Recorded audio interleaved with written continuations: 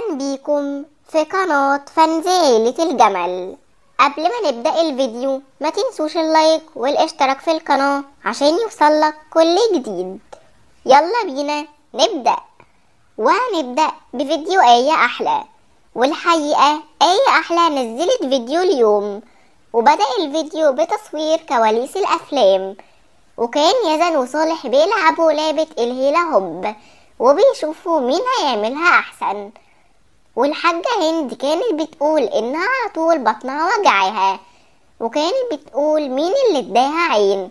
بس بعدها آية أحلى قالت إن الحاجة هند فاكرة نفسها محسودة، بس هي تعبانة من الأكل التقيل. وبس كده نكون وصلنا لنهاية الفيديو، بس ما انتهاش.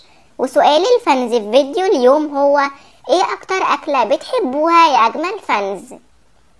اكتبوا لنا في الكومنتات عشان هنطلع تعليقاتكم. وبس كده نكون وصلنا لنهاية الفيديو. ما تنسوش تشتركوا في القناة وتعملوا لايك. بحبكم جدا يا اجمل فانز، سلام.